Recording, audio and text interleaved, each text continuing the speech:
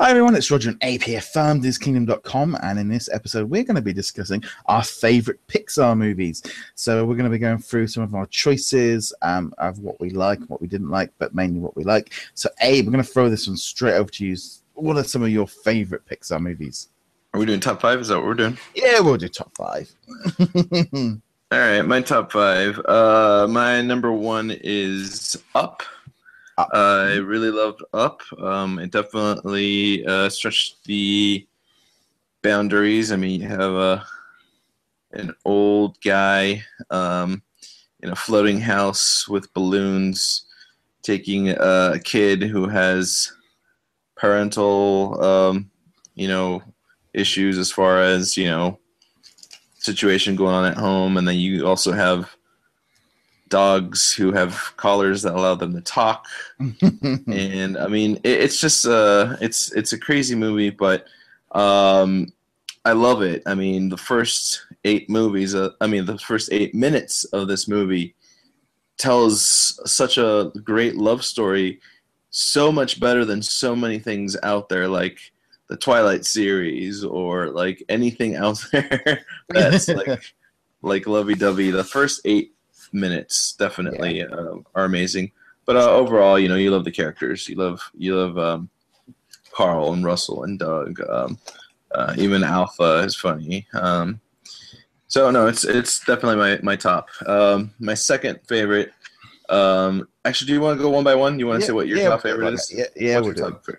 Right, so I'm gonna throw Bugs Life into my top 5 because I always felt your top number one. Not maybe my number one, but it's I don't have. Really so you're not going in order. Okay. I don't really have an order. They're all that.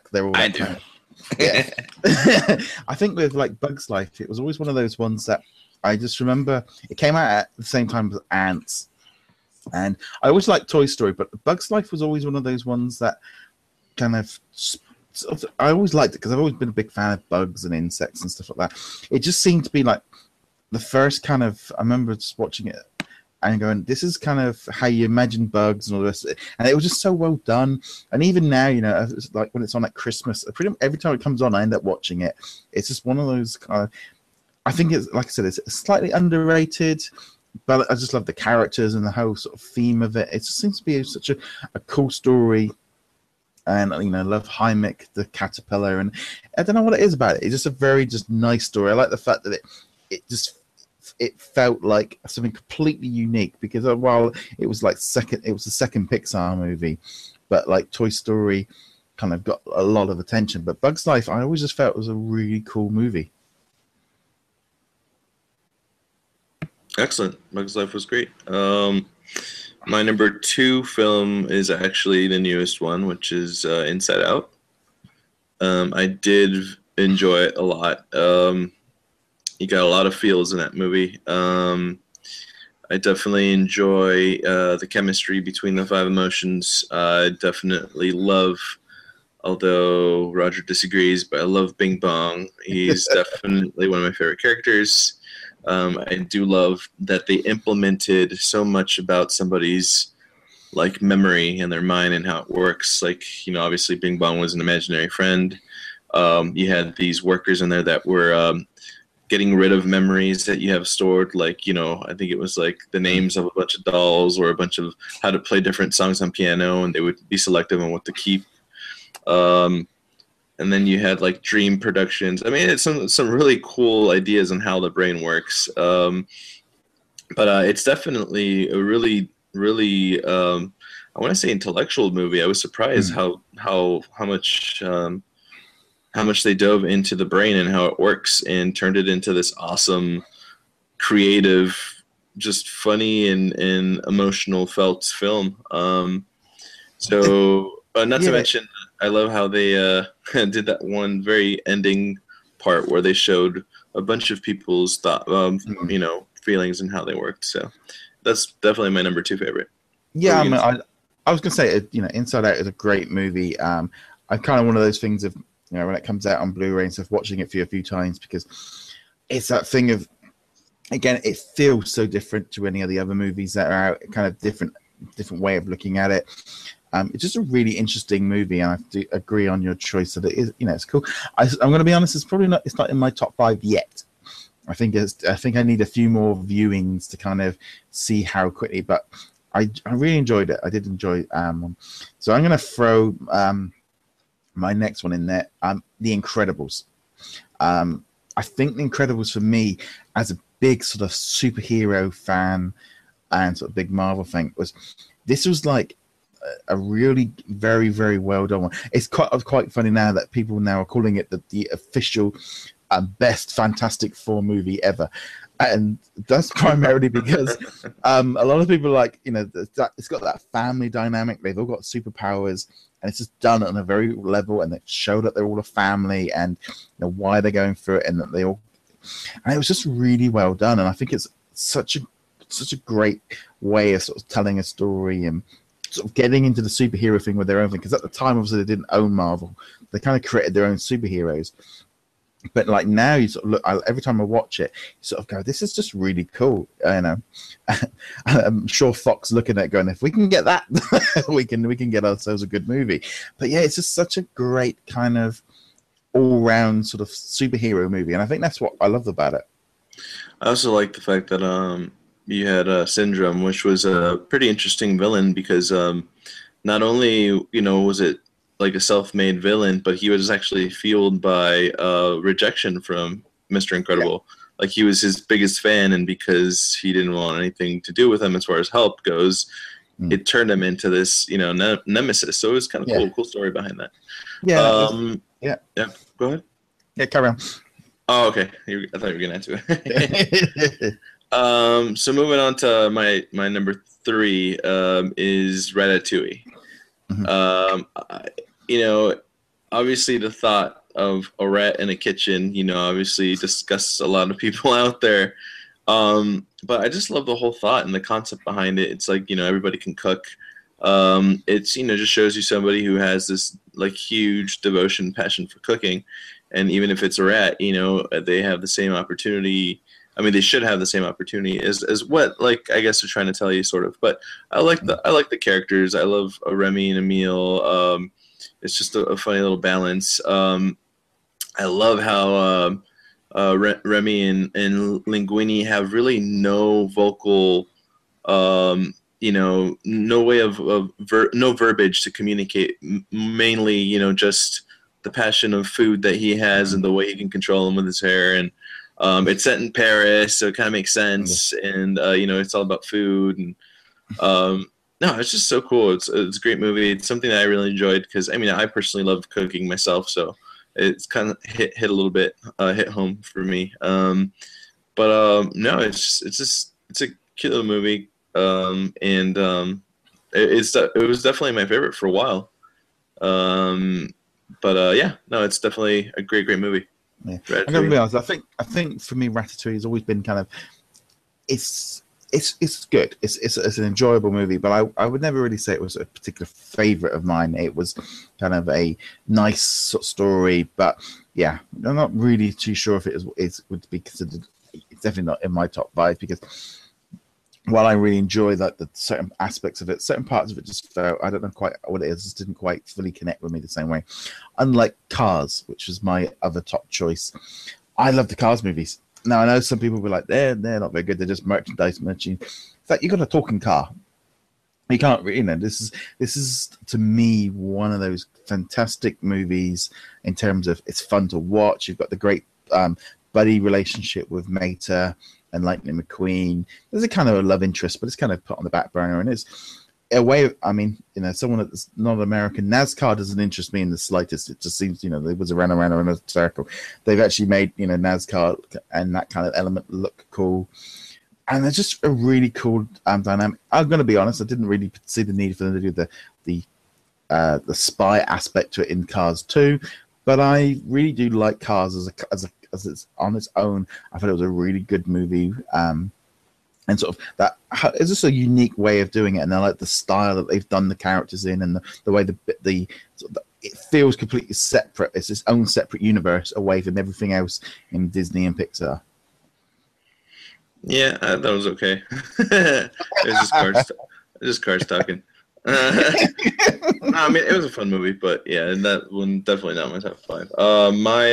My number four, which was my favorite Pixar movie for like the longest until Ratatouille, obviously, was Finding Nemo. Finding Nemo, I growing up, I loved going to the ocean, loved sea life, had fish tanks all my life, and it was a really cool movie. Not to mention, it was really deep. I think one of the deepest movies that Pixar released, in the earlier times, because it was about parental and their kid connection, type of thing, and a dad's devotion, a single dad's devotion on going above and beyond for their son. So no, it was really cool. I love the travel throughout the whole ocean. Going to different parts like the Australian current and running into sharks who are going to AA meetings for not eating fish and jumping on jellyfish and riding the EAC with turtles. I mean, it was so cool. And then you had this awesome side character voiced by Ellen, which is Dory, just forgetting everything. I mean, it was just a really cool, awesome movie.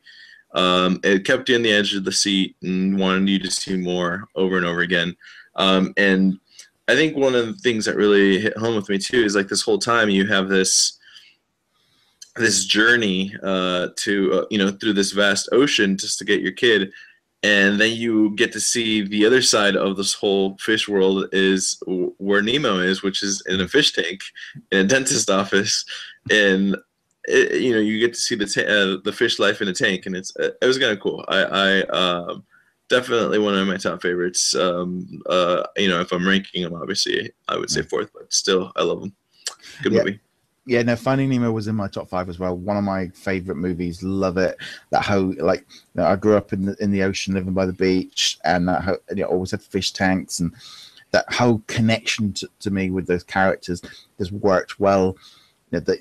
Like you said, had fantastic characters. Such a great assortment of characters with the sharks and Dory, and then you've got the fish tank fish, and you've got the seagull, and it's such a great, and they meeting these different ones along the way, and it's such a great story, great characters. It's funny as well. It's a funny movie, and I think, like you said, but you almost feel like fish movies have they've been done in the past, but I think it was the one that really showed off sort of under the sea so much better than anything we've seen before.